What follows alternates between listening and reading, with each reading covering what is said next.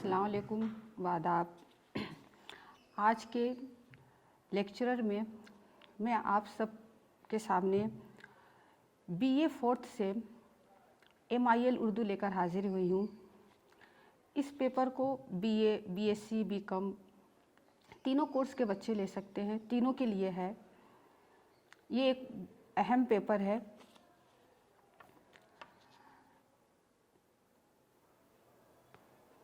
ये एक अहम पेपर है उर्दू का और नहायत ही दिलचस्प भी।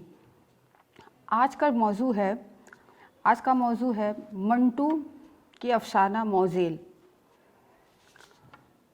इससे पहले कि मैं अफसाने की तरफ बढ़ूँ, मंटू से रिलेटेड मैं कुछ बातें आपको जानकारी दे दूँ। जैसा कि अफसाने की इब्तदाई दौर में ही मुतअद्दिद बड़े कदावर अफसाना निगार सामने आए। ये उर्दू ज़बान की खुशकिस्मती है कि प्रेमचंद के बाद कृष्णचंद, मंटू, इस्मत चुगताई, राजेंद्र सिंह बेदी, अहमद नदीम हाशमी, हयातुल्लाह अंसारी और मुमताज़ मुफ्ती जैसे अफसाना निगारों ने अजीम अफसाने तख्लीक किए जो दुनिया के बेहतरीन अफसानों में शुमार किए जा सकते हैं। प्रेमचंद के बाद अफसाना निगारों की नस्ल में सआदत हसन मंटू का नाम कई एतबार से इम्तियाजी हैसियत रखता है। मंटू उर्दू का सबसे बेनाम अफसाना निगार है। मंटू पर सबसे ज़्यादा मुकदमे चले। मंटू ने ऐसे मौज़ूआत पर कलम उठाया जहाँ पहुँचने के लिए फरिश्तों के पर भी जलते हैं, जिनको बहुत से लोग ममनुआत में शुमार करते हैं।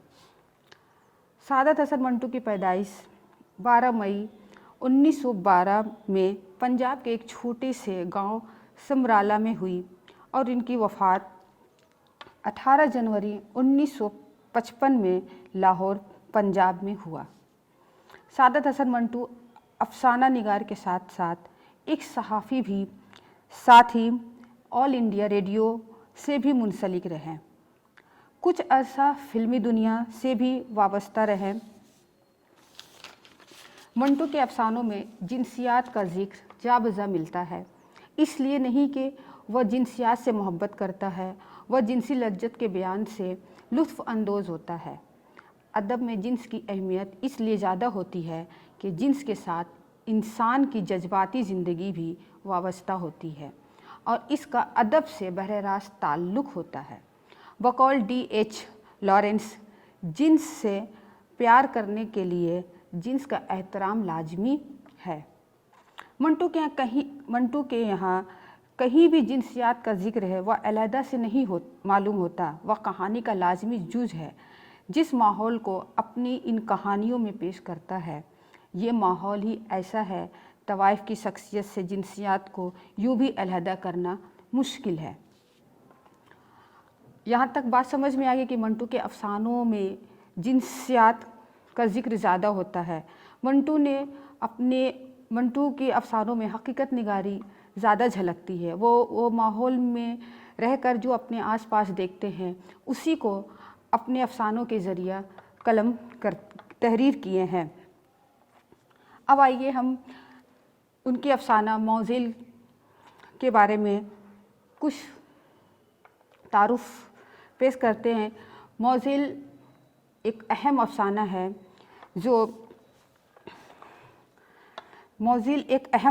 जो बंटवारे के वक्त लिखे गए थे। इसका एक बड़ा नुमाइंदा, ये अफसाना उस वक्त का एक बड़ा नुमाइंदा अफसाना है। मैं सबसे पहले अफसाने को पढ़ के आपको सुनाऊंगी ताकि आप उसका लुत्फ़ उठा सकें।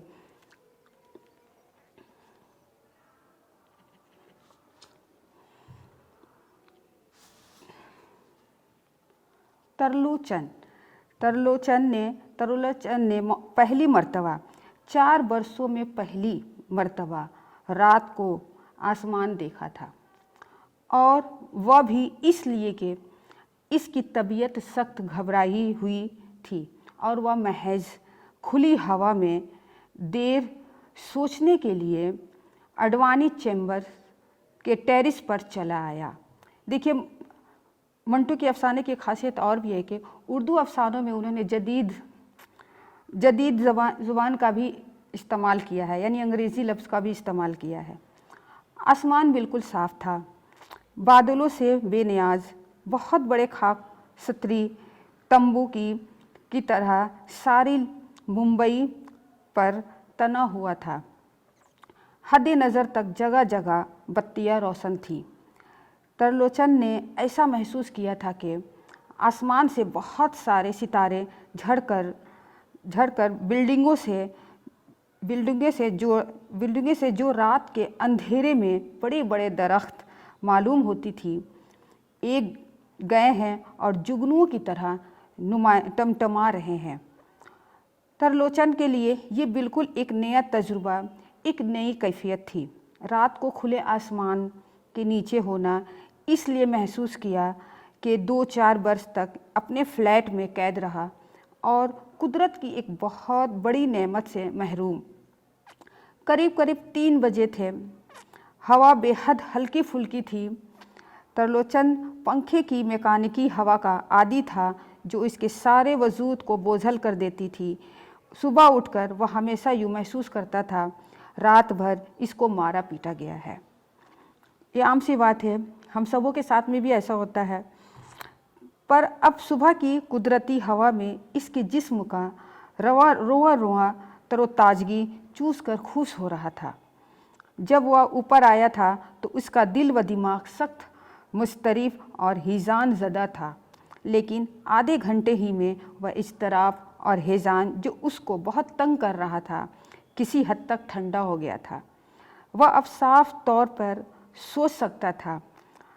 कृपाल गौर, ये एक औरत का किरदार है।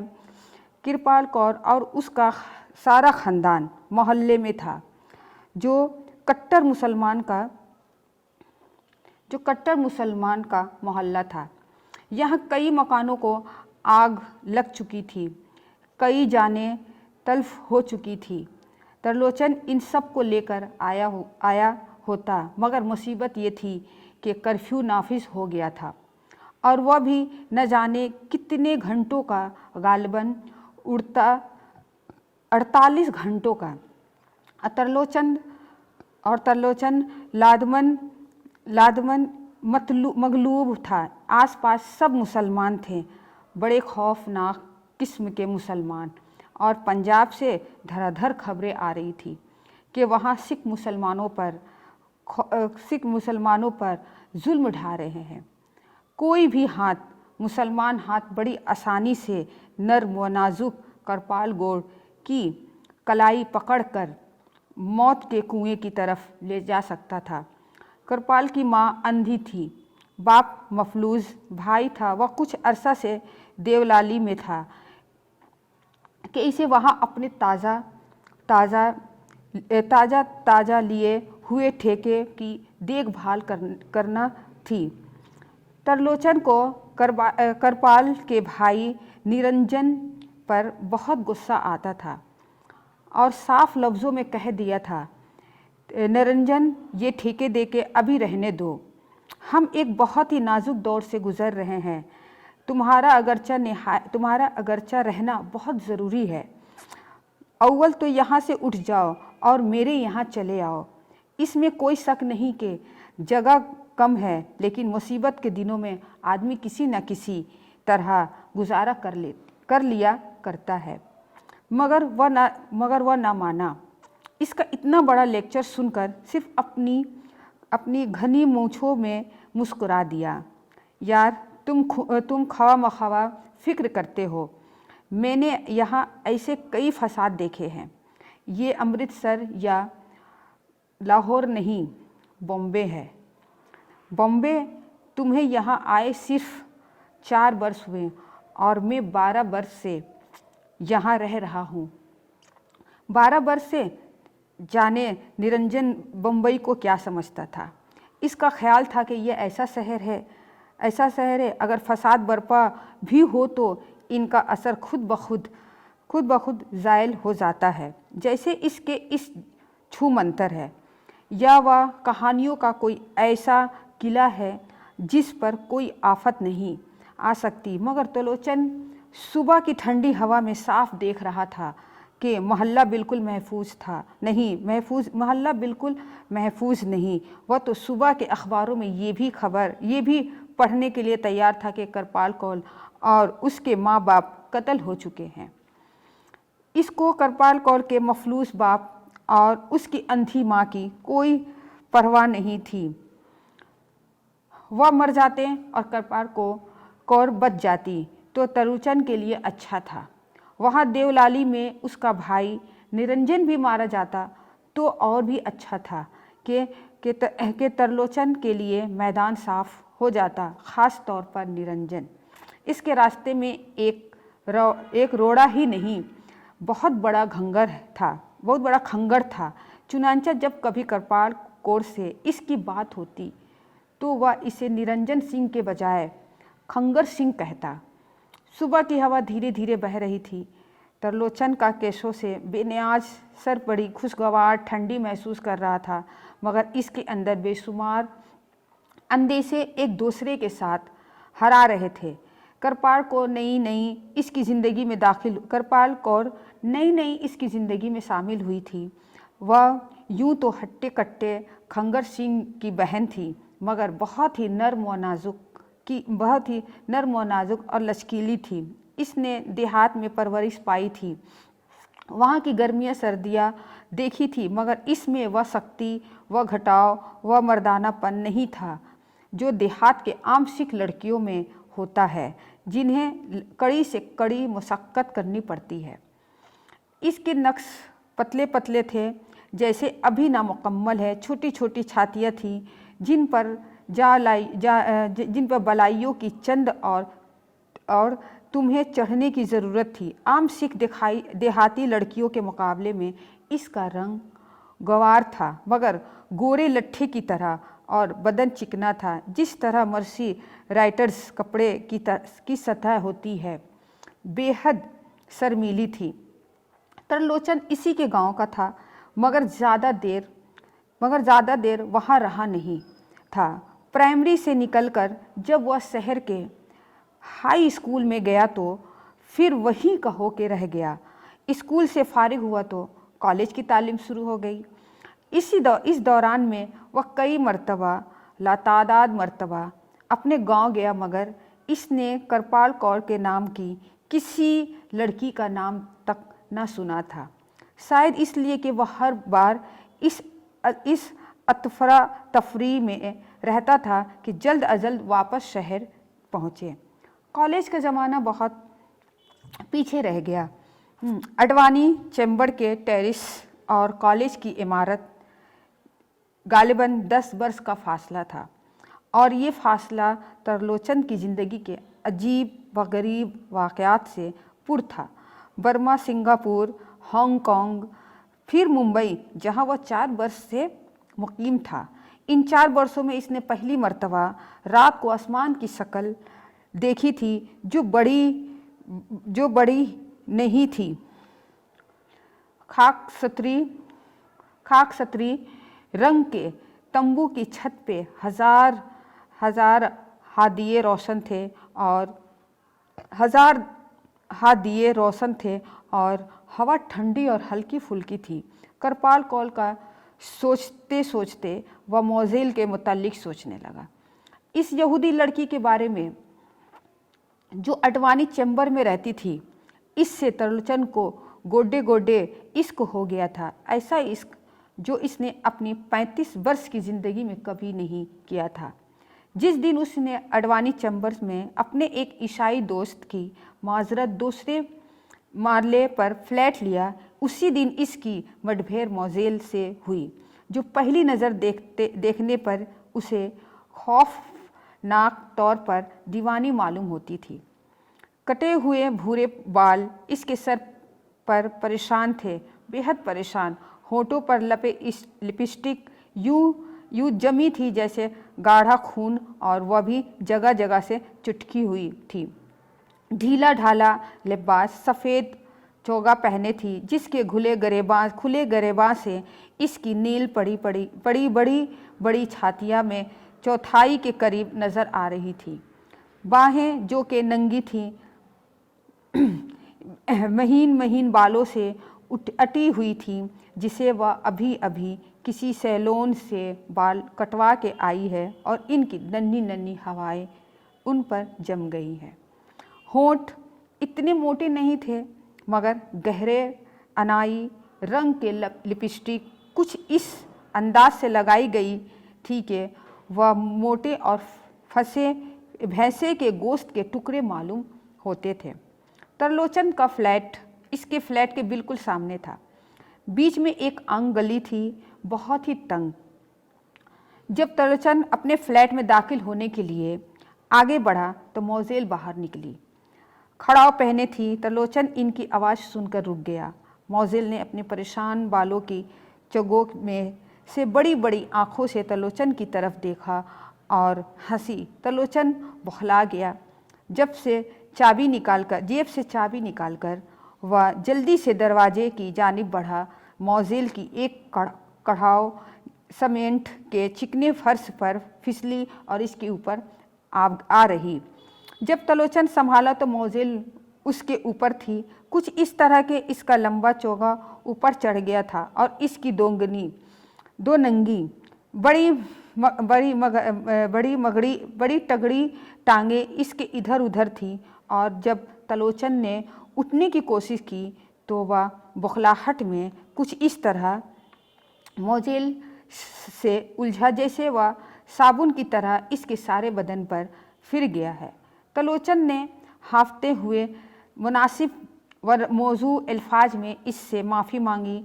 मोज़ेल ने अपना लिया व ठीक किया और मुस्कुरा दी। ये खड़ाव एकदम खंडम चीज़ है। और वह उतरी हुई खड़ाव में अपना अंगूठा और उसकी साथ वाली उंगली फंसाती कॉरिडोर से बाहर चली गई। तरलोचन का ख्याल था कि मोज़ेल से दोस्ती पैदा करना शायद मुश्किल हो, लेकिन वह बहुत ही थोड़े अरसे में इससे घुल मिल गई। लेकिन एक बात थी कि वह बहुत खुदसर थी। वह तरलोचन को कभी खतरे में नहीं लाती थी। इससे खाती थी, इससे पीती थी, इसके साथ सिनेमा जाती थी, सारा दिन इसके साथ जूह पर नहाती थी।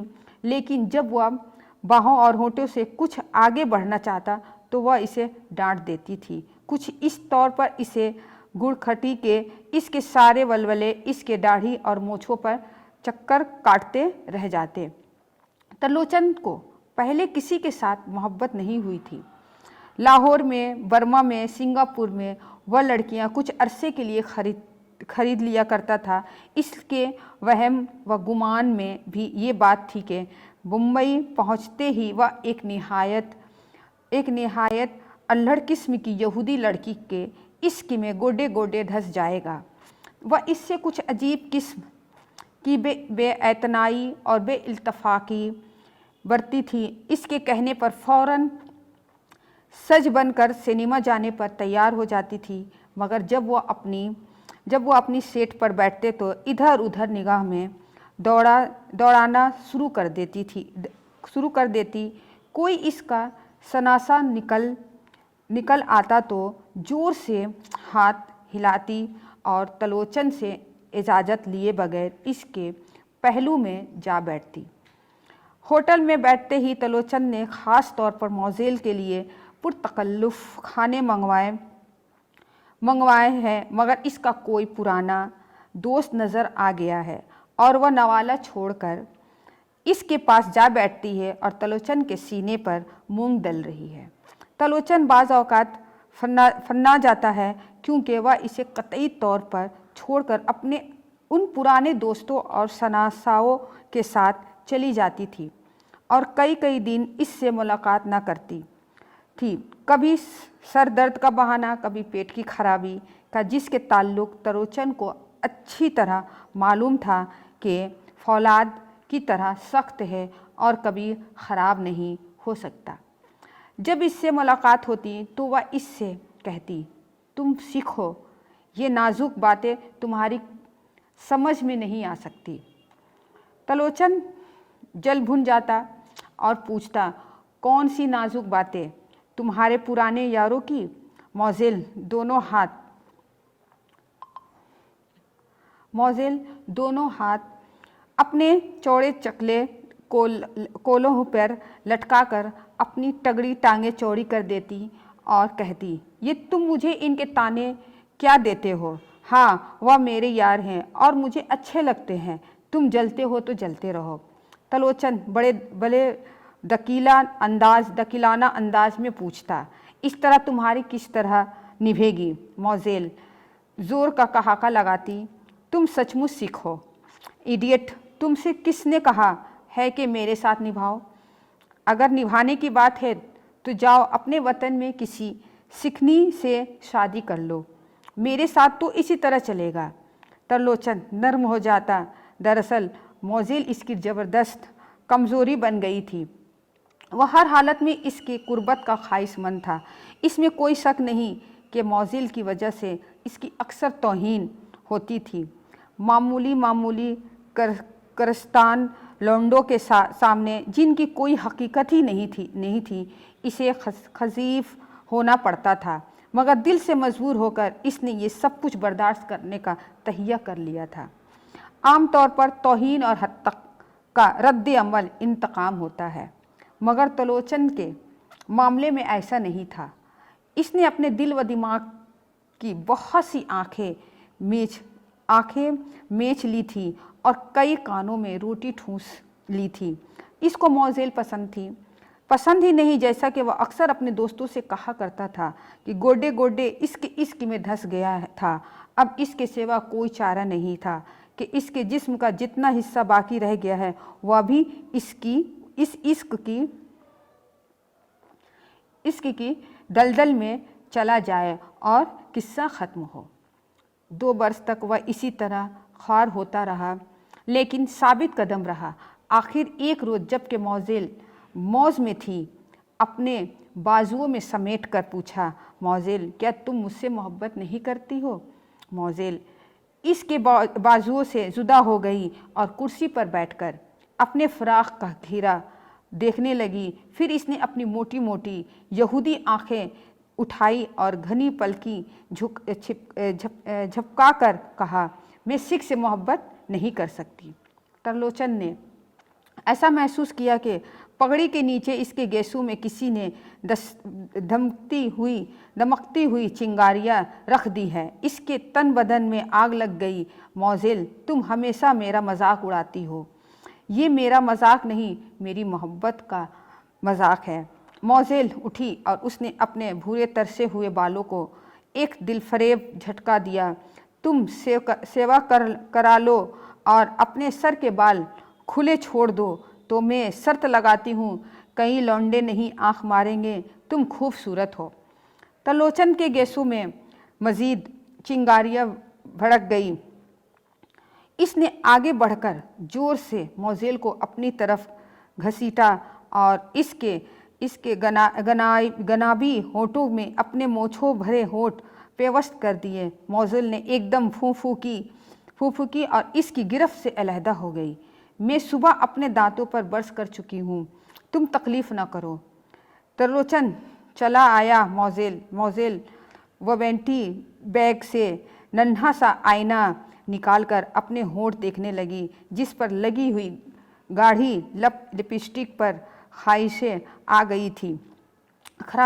गई थी। खुदा की कसम, तुम अपनी दाढ़ी और मोछों का सही इस्तेमाल नहीं करते। इनके बाल ऐसे अच्छे हैं कि शेरानियों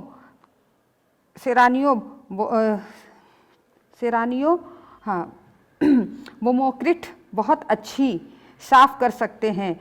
बस थोड़ा सा पेट्रोल लगाने की ज़रूरत होगी।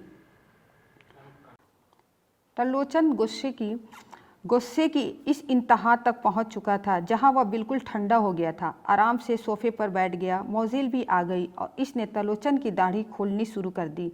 इसमें चोबी लगी थी वह इसने एक एक करके अपने दांतों तले दबाया। तलोचन खूबसूरत था। जब इसकी दाढ़ी मूछ नहीं उगी थी तो वाकई लोग इसको खुले केशव के साथ देखकर धोखा खा जाते थे कि वह कोई कम उम्र खूबसूरत लड़की है, मगर बालों के इस अंबारे अब इसके तमाम खदोखाल झाड़ियों के मानिंद अंदर छुपा लिए थे। इसको इसका एहसास था, मगर वह एक अतात सवार और फर्मा बरदार लड़का था। इसके दिल में मज़हब का एहतराम था। वह नहीं चाहता था कि इन चीज़ों को अपने वजूद से अलग कर दे जिनसे इसके मज़हब की ज़ाहिरी तकमील होती थी। जब दाढ़ी पूरी खुल गई और इसके सीने पर लटकने लगी तो इसने मोज़ेल से पूछा, ये तुम क्या कर रही हो? दांतों में पनी दबाए वह मुस्कुराई, तुम्हारे बाल बहुत मुलायम है। मेरा अंदाज़ा गलत था कि इनसे मेरा न्यू ब्लोस्क्रिट साफ हो सकेगा। तरलोचन, तुम ये मुझे दे दो, मैं इन्हें गोंद कर अपने लिए एक फर्स्ट क्लास बटुआ बनाऊंगी। अब तलोचन की दाढ़ी में चिंगारियाँ भड़कने लगी। वह बड़े संजीदा से मोज़ेल से मुखातिब हुआ, मैंने आज तक तुम्हारे मज़हब का मजाक नहीं उड़ाया, तुम क्यों उड़ाती हो? देखो, किसी के मजहबी जज्बात से खिलना अच्छा नहीं होता। मैं ये कभी बर्दाश्त ना करता, मगर सिर्फ इसलिए करता हूँ कि मुझे तुमसे बेपनाह मोहब्बत है। क्या तुम्हें इसका पता नहीं? मोज़ेल ने तलोचन की दाढ़ी से खेलना बंद कर दिया। मुझे मालूम है। फिर तलोचन ने अपनी दाढ़ी के बाल बड़ी सफाई से तय किए और मोज़ेल के दांतों से पिन निकाल ली। तुम अच्छी तरह जानती हो कि मेरी मोहब्बत बकवास नहीं, मैं तुमसे शादी करना चाहता हूँ। मुझे मालूम है। बालों को एक खफीफ सा झटका देकर वह उठी और दीवार से लटकी हुई तस्वीर की तरफ देखने लगी। मैं भी करीब करीब यही फैसला कर चुकी हूँ कि तुमसे शादी करूँगी। तो तलोचन उछल पड़ा। सच? मोज़ेल के अनाई होंठ बड़ी मोटी मुस्कुराहट के साथ खिले और इसके सफ़ेद मजबूत दांत एक लहजे के लिए चमके। हाँ। तलोचन ने अपनी निस्फ लपटी हुई दाढ़ी ही से इसको अपने सीने के साथ खींच लिया। तो कब मोज़ेल हट गई जब तुम अपने ये बाल कटवा दोगे। तलोचन उस वक्त सोहू बना था। इसने कुछ न सोचा और कह दिया, मैं कल ही कटवा दूंगा। मोज़ेल फर्श पर टेप धस करने लगी। तुम बकवास करते हो तलोचन, तुम में इतनी हिम्मत नहीं। इसने तलोचन के दिल व दिमाग से मज़हब के रहे सहे ख्याल को निकाल बाहर फेंकना। तुम देख लोगी। और वह तेज़ी से आगे बढ़ी, तलोचन की मूँछों को चूमा और फू फू करती बाहर निकल गई। तलोचन ने रात भर क्या सोचा, वह किन अजियतों से गुजरा, इसका तज़किरा फजूल है, इसलिए कि दूसरे रोज़ इससे फोर्ट में अपने केस कटवा दिए और दाढ़ी में मंडियारी। ये सब कुछ होता रहा और वह आंखें मीचे रहा। जब सारा मामला साफ हो गया तो इसने आंखें खोली और देर तक अपनी शक्ल आईने में देखता रहा, जिस पर बम्बई की हसीन से हसीन लड़कियां भी कुछ देर के लिए गौर करने पर मजबूर हो जाती। तलोचन वही अजीब व गरीब ठंडी महसूस करने लगा जो सैलून से बाहर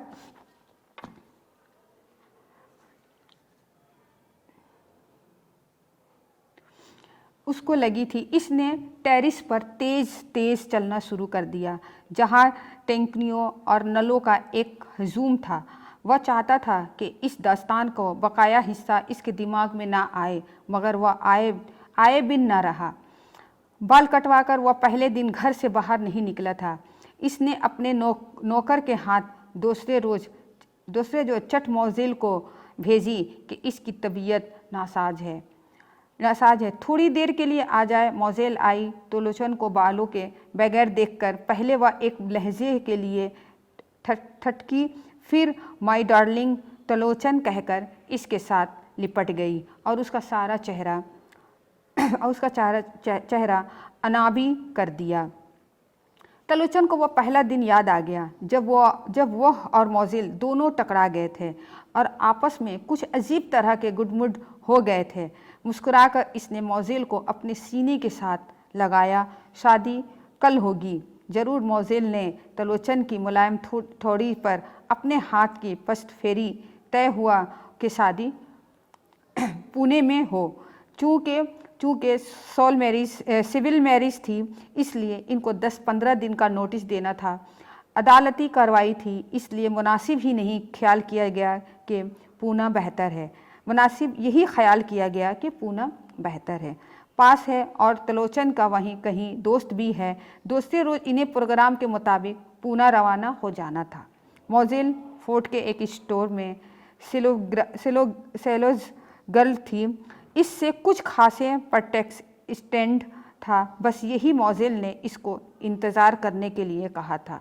त्रिलोचन वक्त मुकर्रर पर वहाँ पहुँचा।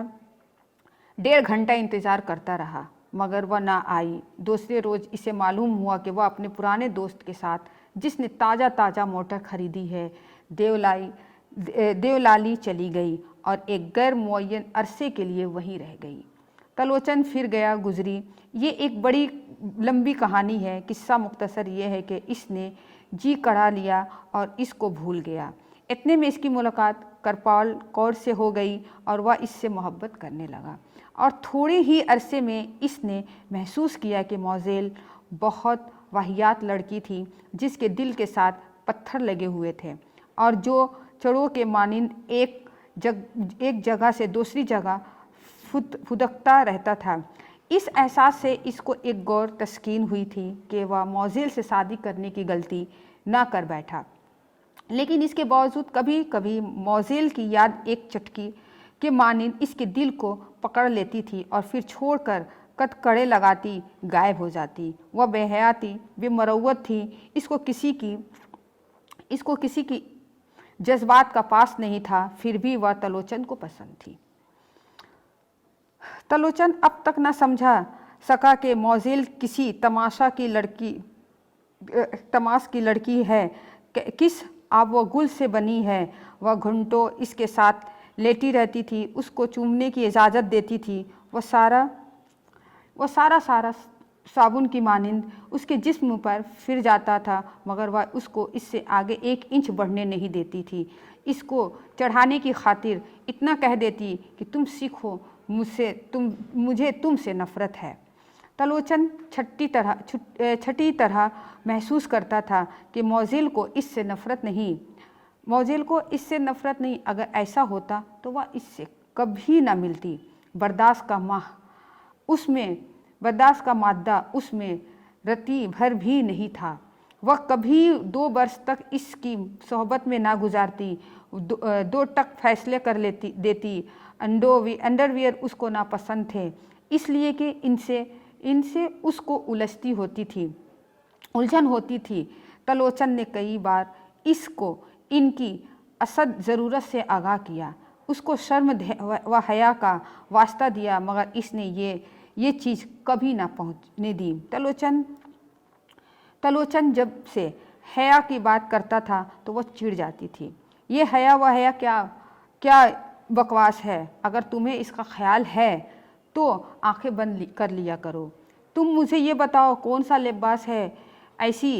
लिबास है जिसमें आदमी नंगा नहीं हो सकता, या जिसमें से तुम्हारी निगाहें पार नहीं हो सकती। मुझे ऐसी बकवास ना किया करो।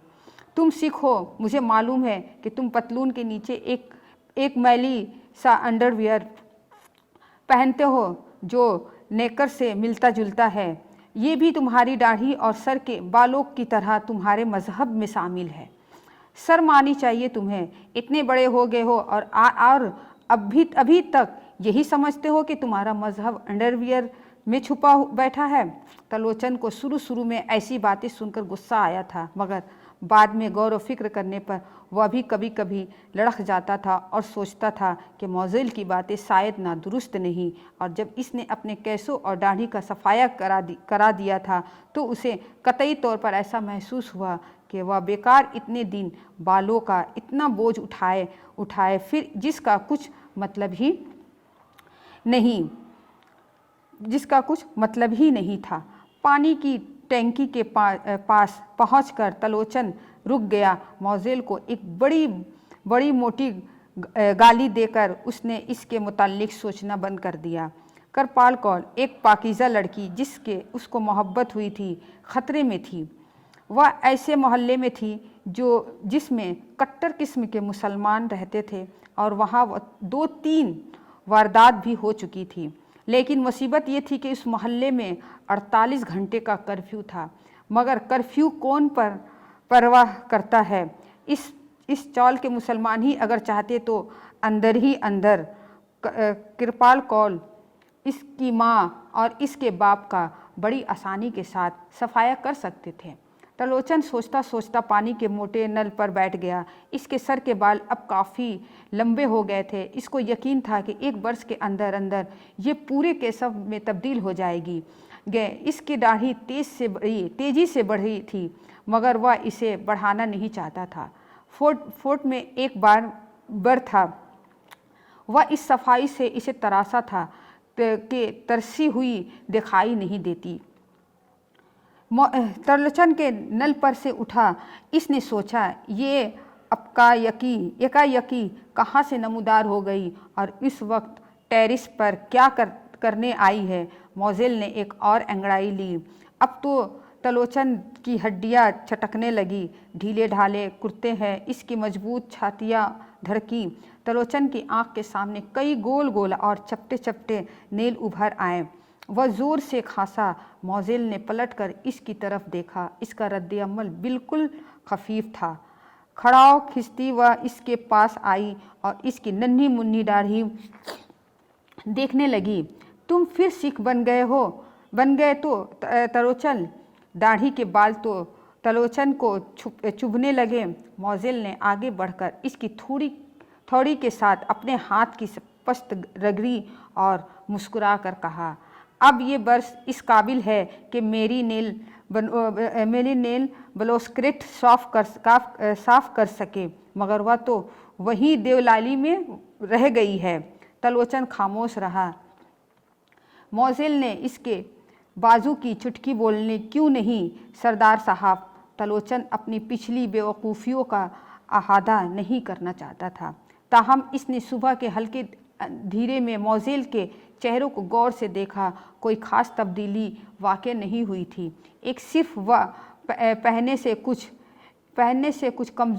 कुछ कमज़ोर नज़र आती थी। त्रिलोचन ने इससे पूछा, बीमार रही हो? नहीं। मोज़ेल ने अपने तरसे हुए बालों को एक खफीफ सा झटका दिया। पहले से कमज़ोर दिखाई देती हो। मैं डाइटिंग कर रही हूँ। मोज़ेल पानी के मोटे नल पर बैठ गई और खड़ाव फर्श के साथ बजाने लगी। तुम गोया के अब फिर नए सिरे से सिख बन रहे हो। त्रिलोचन ने किस कदर धनाई के साथ कहा। मुबारक हो। मोज़ेल ने एक खड़ाव पीर से उतार ली और पानी के नल पर बजाने लगी। किसी और लड़की से मोहब्बत करनी शुरू की? त्रिलोचन ने आहिस्ता से कहा, हाँ। मुबारक हो। इसी बिल्डिंग की है कोई? नहीं। ये बहुत बुरी बात है। मोज़ेल खड़ाव अपनी उंगलियों में अड़स कराती। हमेशा आदमी को अपने हमसायों का ख्याल रखना चाहिए। त्रिलोचन खामोश रहा। मोज़ेल ने उठकर इसकी दाढ़ी को अपनी 5 उंगलियों से छेड़ा। क्या इसी लड़की ने तुम्हें ये बाल बढ़ाने का मशवरा दिया है? नहीं। त्रिलोचन बड़ी उलझन महसूस कर रहा था, जैसे कंघा करते करते इसकी दाढ़ी के बाल आपस में उलझ गए हैं। जब इसने नहीं कहा तो इसके लहजे में तीखापन था। मोज़ेल के होठों पे लिपस्टिक बासी गोश्त की तरह मालूम होती थी। वह मुस्कुराती तो त्रिलोचन ने ऐसा महसूस किया कि इसके गांव में झटके की दुकान पर कसाई ने छुरी से मोटी रख के गोश्त के 2 टुकड़े कर दिए हैं। मुस्कुराने के बाद वह हंसी। तुम अब दाढ़ी मुंडवा लो तो किसी की भी कसम ले लो, मैं तुमसे शादी कर लूँगी। त्रिलोचन की जी में आई कि इससे कह के कि वह एक बड़ी शरीफ बाइस्मत और पाक जैनब कुंवारी लड़की से मोहब्बत कर रहा है और उसी से शादी करेगा। मोज़ेल इसके मुकाबले में नाफाशा है, बदसूरत है, बेवफा है, बेमरवत है, मगर वह इस किस्म का घटिया आदमी नहीं था। इसने मोज़ेल से सिर्फ इतना कहा, मोज़ेल, मैं अपनी शादी का फ़ैसला कर चुका हूँ। मेरे गांव की एक सीधी सादी लड़की है जो मज़हब की पाबंद है। इसी के लिए मैंने बाल बढ़ाने का फ़ैसला कर लिया। मोज़ेल सोच विचार की आदी नहीं थी, लेकिन इसने कुछ देर सोचा और खड़ाव पर निसफ दायरे में घूमकर तलोचन से कहा, वह मज़हब की पाबंद है तो तुम्हें कैसे कबूल करेगी? क्या उसे मालूम नहीं कि तुम एक दफ़ा अपने बाल कटवा चुके हो? इसको अभी तक मालूम नहीं? दाढ़ी मैंने तुम्हारे देवलाली जाने के बाद ही बढ़ानी शुरू कर दी थी, महज इंतकामी तौर पर। इसके बाद मेरी करपाल कौल से मुलाकात हुई, मगर मैं पगड़ी उस तरीके से बांधता हूँ कि 100 में से एक ही आदमी शक्ल से मुश्किल से जान सकता है कि मेरे केस कटे हुए हैं, मगर अब ये बहुत जल्द ठीक हो जाएंगे। तलोचन ने अपने लंबे मुलायम बालों में उंगलियों से कंघी करना शुरू की। मोज़ेल ने लंबा कोता उठाकर अपनी गोरी देवजारान खजलाती शुरू की। ये बहुत अच्छा है, मगर ये कम वक़्त मच्छर यहाँ भी मौजूद है, देखो किस जोर से काटा है। तलोचन ने दूसरी तरफ देखना शुरू कर दिया। मोज़ेल ने इस जगह जहाँ मच्छर ने काटा था उंगली से लब लगाई और करता छोड़कर सीधी खड़ी हो गई। कब हो रही है तुम्हारी शादी? अभी कुछ पता नहीं। ये कहकर तलोचन सख्त मुतफ़क्किर हो गया। चंद लम्हात के लिए खामोशी रही। इसके बाद मोज़ेल ने इसके तफक्कुर का अंदाज़ा लगाकर इससे बड़े संजीदा अंदाज में पूछा, तलोचन तुम क्या सोच रहे हो? तलोचन को उस वक्त किसी हमदर्दी की ज़रूरत थी, ख़वाह व मोज़ेल ही क्यों ना हो। चुनांचा इसने इसको सारा माजरा सुना दिया। मोज़ेल हंसी, तुम अव्वल दर्जे के इडियट हो जाओ उसको ले आओ, ऐसी क्या मुश्किल है? मुश्किल? मोज़ेल तुम इस मामले की नज़ाकत को कभी नहीं समझ सकती, किसी भी मामले की नज़ाकत। तुम एक लाबाली किस्म की लड़की हो, यही वजह है कि तुम्हारे और मेरे ताल्लुकात कायम नहीं रह सके, जिसका मुझे सारी उम्र अफसोस रहेगा। मोज़ेल ने ज़ोर से अपने कड़ाओ पानी के नल के साथ मारी।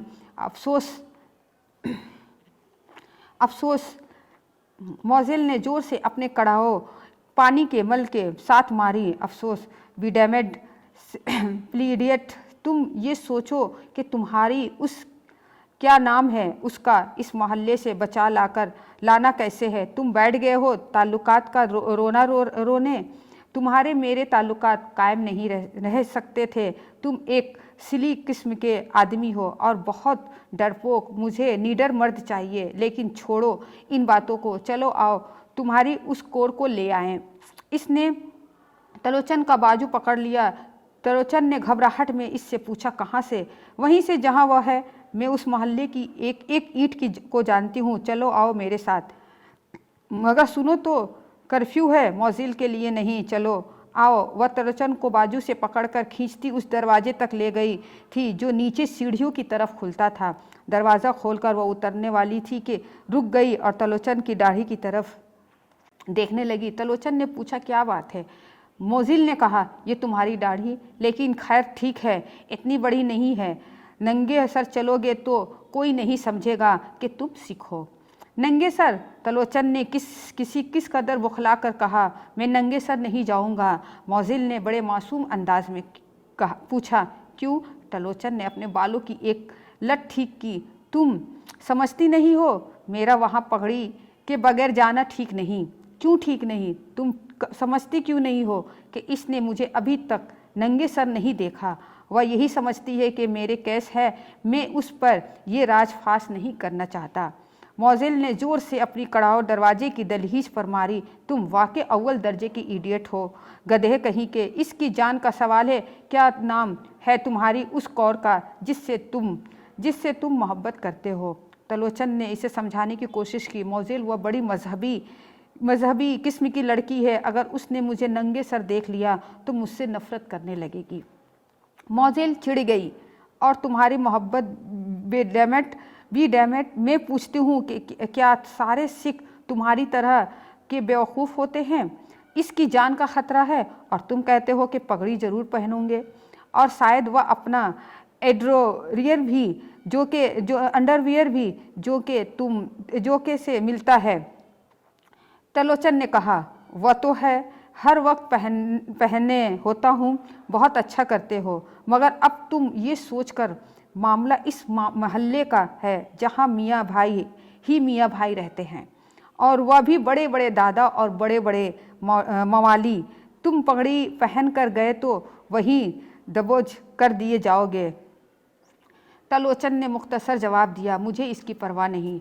अगर तुम्हारे साथ वहाँ जाऊँगा तो पगड़ी पहन कर जाऊँगा। मैं अपनी मोहब्बत खतरे में नहीं डाल सकता। मोज़ेल झंझला गई। इस जोर से इसने बीच वताब खाए कि इसकी छातियाँ आपस में भर गई।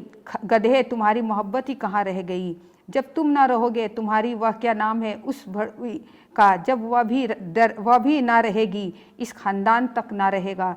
तुम सीखो, खुदा की कसम तुम सीखो, और बड़े इडियट सीखो। तलोचन भन्ना गया, बकवास न करो। मोज़ेल जोर से हंसी। महीन महीन बालों के गुब्बार से अटी हुई नहीं इसने तलोचन के गले में डाल दी और थोड़ा झूल कर कहा, डार्लिंग चलो, जैसी तुम्हारी मर्जी, जाओ पगड़ी पहन आओ, मैं नीचे बाजार में खड़ी हूँ। ये कहकर वह नीचे जाने लगी। तलोचन ने उसे रोका। तुम कपड़े नहीं पहनोगी? मोज़ेल ने अपने सर को झटका दिया। नहीं, चलेगा इसी तरह। ये कहकर वह खटखट करती नीचे उतरी। तलोचन निचली मंजिल की सीढ़ियों पर ही इसकी कड़ाव की चौबी आवाज़ सुनता रहा। फिर इसने अपने लंबे लंबे बालों उंगलियों से पीछे की तरह समेटे और नीचे उतरकर अपने फ्लैट में चला गया। जल्दी जल्दी उसने कपड़े तब्दील किए।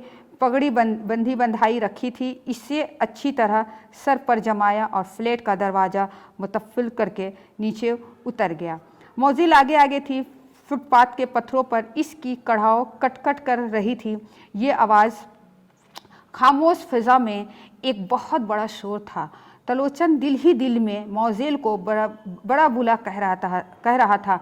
2 मिनट में और कुछ नहीं तो अपनी वाहियात खड़ाव ही उतार कर कोई दूसरी चीज़ पहन सकती थी। इसने चाहा कि मोज़ेल से कहे, खड़ाव उतार दो और नंगे पांव चलो, मगर इसको यकीन था कि वो कभी नहीं मानेगी, इसलिए खामोश रहा। तलोचन सख्त खौफज़दा था कि कोई पत्ता खड़कता तो इसका दिल धक से रह जाता। मगर मोज़ेल बिल्कुल बेखौफ जा रही थी। सिगरेट का धुआं उड़ाती जैसे वह बड़ी बेफिक्री से चहलकदमी कर रही थी। चौक में पहुँचते तो पुलिस मैन की आवाज़ गरजी, ऐ किधर जा रहा है? तलोचन सहम गया। मोज़ेल आगे बढ़ी और पुलिस मैन के पास पहुंच गई और बालों को एक खफीफ सा झटका देकर कहा, ओह तुम, हमको पहचाना नहीं तुमने मोज़ेल? फिर इसने एक गली की तरफ इशारा किया। इधर उस बाजू हमारा बहन रहता है, इसकी तबीयत ख़राब है, डॉक्टर लेकर जा रहा है। सिपाही इसे पहुंचाने की कोशिश कर रहा था कि इसने खुदा मालूम कहाँ से सिगरेट की डिबिया निकाली और सिगरेट निकालकर उसको दे दिया। लो पियो। सिपाही ने सिगरेट ले लिया। मोज़ेल ने अपने मुंह से सुलझा हुआ सिगरेट निकाला और उसे कहा, हीराज लाइट।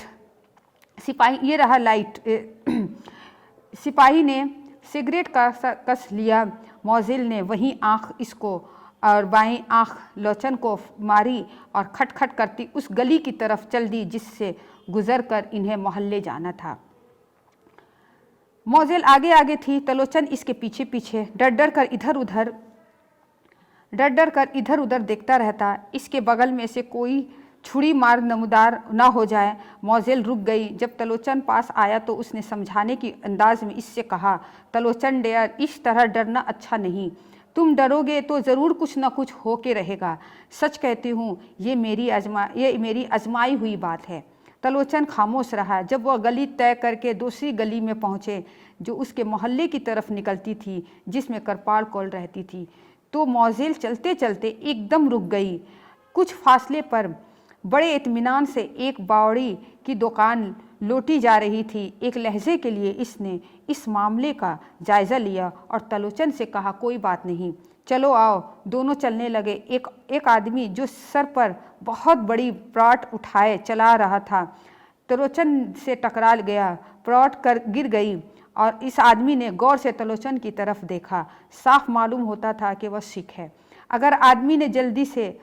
उस आदमी ने जल्दी से अपने नेज़े से हाथ डाल लिया कि मोज़ेल आ गई, लड़खड़ाती हुई जैसे नशे में चूर है। इसने ज़ोर से उस आदमी को धक्का दिया और मखमूर लहजे में कहा, क्या करता है, अपने भाई को मारता है, हम इसे शादी बनाने को मांगता है। फिर वह तलोचन से मुखातिब हुई, करीम उठाओ ये प्राट और रख दो उसके सर पर। इस आदमी ने नेज़े में से हाथ निकाल लिया और सेवानी आंखों से मोज़ेल की तरफ देखा, फिर आगे बढ़कर अपनी कहनी से इसकी छातियों में एक ठौका दिया, ऐश कर साली, ऐश कर न। फिर इसने प्राट उठाई और ये जा वह जा। मोज़ेल ने इस तरफ चलना शुरू कर दिया। ये रास्ता बिल्कुल खामोश था और पास इतनी गुंजान आबादी थी, मगर किसी बच्चे तक के रोने की आवाज़ सुनाई नहीं देती थी। जब वह इसी गली के करीब पहुँचे तो कुछ गड़बड़ दिखाई दी। एक आदमी बड़ी तेज़ी से इस किनारे वाली बिल्डिंग से निकला और दूसरे किनारे वाली बिल्डिंग में घुस गया। इस बिल्डिंग से थोड़ी देर बाद 3 आदमी निकले। फुटपाथ पर उन्होंने इधर उधर देखा और बड़ी फुर्ती से दूसरी बिल्डिंग में चले गए। मोज़ेल थक गई थी। इसने तलोचन को इशारा किया कि अंधेरे में हो जाए। फिर इसने होले से कहा, तलोचन डियर, ये पगड़ी उतार दो। तलोचन ने जवाब दिया, मैं ये किसी सूरत में भी नहीं उतार सकता। मोज़ेल झिंझला गई, तुम्हारी मर्जी, लेकिन तुम देखते नहीं सामने क्या हो रहा है।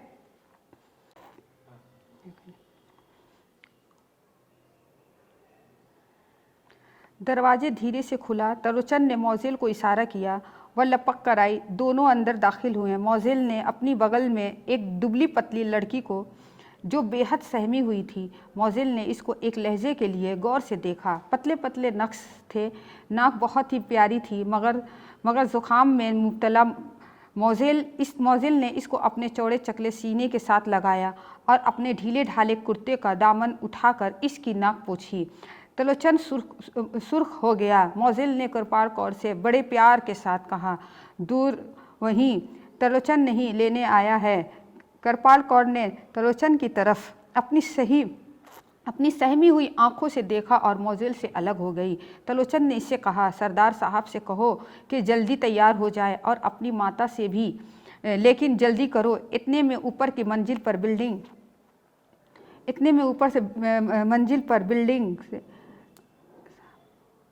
कृपाल के जवाब देने ही वाली थी कि मोज़ेल ने इसको बाजू से पकड़ा और घसीटकर एक कोने में ले गई। पकड़ लिया तो अच्छा हुआ, तुम ये कपड़े उतार दो। कृपाल कौर अभी कुछ सोचने में ना पाई थी कि मोज़ेल ने आनन फानन इसकी कमीज़ उतारकर एक तरफ रख दी। कृपाल कौर ने अपनी बाहों में अपने नंगे जिस्म को छुपा लिया और सख्त वहशत ज़दा हो गई। तलोचन ने मुँह दूसरी तरफ मोड़ लिया। मोज़ेल ने अपना ढीला ढाला कुर्ता उतारा और उसको पहना दिया। खुद वह नंग धरंग थी। जल्दी जल्दी इसने कृपाल कौर का अंदाज़बंद ढीला किया और उसकी सलवार उतार कर तलोचन से कहने लगी कि जाओ इसे ले जाओ, लेकिन ठहरो। ये कहकर इसने कृपाल कौर के बाल खोल दिए और इससे कहा, जाओ जल्दी निकल जाओ। तलोचन ने इससे कहा और मगर फ़ौरन ही रुक गया। पलटकर इसने मोज़ेल की तरफ देखा, जो होए दीदे की तरह नंगी खड़ी थी। इसकी बाहों में महीन महीन बाल सरूर के बास जागे हुए थे। तुम जाते क्यों नहीं हो? मोज़ेल के लहजे में चिड़चिड़ापन था।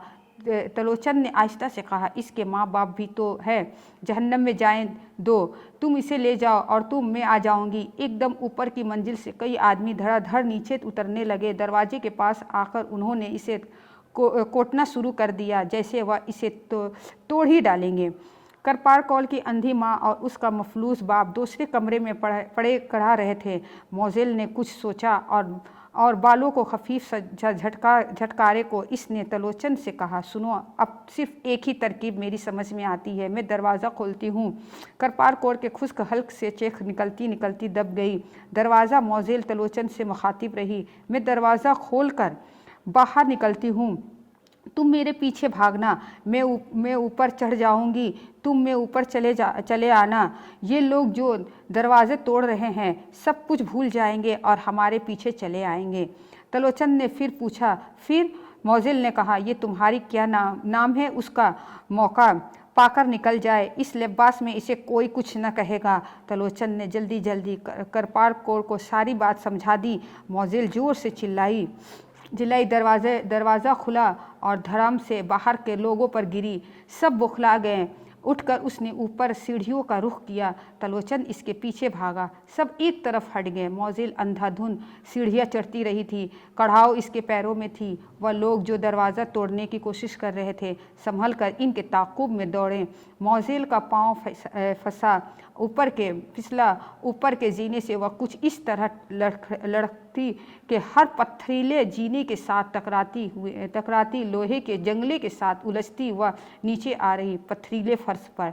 तलोचन एक दम नीचे उतरा। झुककर इसने देखा तो इसकी नाक से खून बह रहा था, मुंह से खून बह रहा था, कानों के रास्ते भी खून निकल रहा था। वह जो दरवाजे तोड़ने आए थे इधर इर्द गिर्द जमा हो गए। किसी ने भी ना पूछा कि क्या हुआ। सब खामोश थे और मोज़ेल के नंगे और गोरे जिस्म को देख रहे थे जिस पर जा बजा खाइशें पड़ी थीं। तलोचन ने इसका बाजू हिलाया और आवाज़ दी, मोज़ेल मोज़ेल। मोज़ेल ने अपनी बड़ी बड़ी यहूदी आंखें खोली जो लाल बूटी हो रही थी और मुस्कुराई। तलोचन ने अपनी पगड़ी उतारी और खोलकर इसका नंगा जिस्म ढक दिया। मोज़ेल फिर मुस्कुराई और आंख मारकर उसने तलोचन से मुंह में खून के बुलबुले उड़ाते हुए कहा, जाओ देखो मेरा अंडरवियर वहाँ है कि नहीं। मेरा मतलब है वो। तलोचन इसका मतलब समझ गया मगर उसने उठना ना चाहा। इस पर मोज़ेल ने गुस्से में कहा, तुम सचमुच सिख हो। जाओ देख कर आओ। तलोचन उठकर करपाल के फ्लैट की तरफ चला गया। मोज़ेल ने अपनी धुंधली आंखों से आसपास खड़ी मर्दों की तरफ देखा और कहा, ये मियाँ भाई हैं लेकिन बहुत दादा किस्म का। मैं इसे सिख कहा करती हूँ। तलोचन वापस आ गया। उसने आंखों में मोज़ेल को बता दिया कि करपाल जा चुकी है। मोज़ेल ने इत्मीनान का सांस लिया लेकिन ऐसा करने से बहुत सा खून के मुंह से बह निकला और ये कहकर उसने अपनी महीन महीन बालों से अटी हुई कलाई से अपना मुंह पोंछा और तलोचन से मुखातिब हुई, all right darling, bye bye. Talochan ने कुछ कहना चाहा मगर लफ्ज़ इसके हल्क में अटक गए। मोज़ेल अपने बदन पर से तलोचन की पगड़ी हटाई। ले जाओ इसको, अपने इस मज़हब को। और इसका बाजू इसकी मजबूत छातियों पर बेहिस होकर गिर पड़े। ये रहा आपका अफसाना मोज़ेल। मोज़ेल जो है एक औरत की किरदार है। मंटू ने अपने इस अफसाने में, जहाँ तक मंटू के अफसाने हैं, कि मंटू ने माशरे की जितनी भी मुनाफ़क़त है उन सब को खोलकर अपने अफसानों के ज़रिया हम सब के सामने रख दिया है। मोज़ेल एक औरत का किरदार है। ये एक अच्छी औरत नहीं है। इस किरदार के ज़रिया मंटू ने अपना गुस्सा निकाल कर इसको यहूदी भी कहा है और फिर वह बज़ाहिर कि वह किसी सलीके, किसी दायरे, किसी तमीज़ को नहीं मानती, लेकिन इसका दायरा इंसानियत का है। मोज़ेल का किरदार एक बड़ी हद तक ये मालूम होता है उसके किरदार से कि वह कहाँ खड़ी है। उसे पता था कि उसका किरदार क्या है, वह कहाँ खड़ी है, वह कैसी है। वह अपने आप को छुपाने की कोशिश नहीं करती है। ये अफसाना नहायत ही अहम अफसाना है जो मंटू के अफसानों में शुमार किया जाता है। और ये अफसाना मंटू ने उस वक्त लिखा जब ये अफसाना मंटू के अफसानों में ये कहना मुश्किल है कि ये कौन सा अच्छा अफसाना है और कौन सा बुरा, लेकिन जो अफसाना बंटवारे के वक्त लिखे गए हैं उन अफसानों में मोज़ेल उसका एक बड़ा नुमाइंदा अफसाना है। शुक्रिया।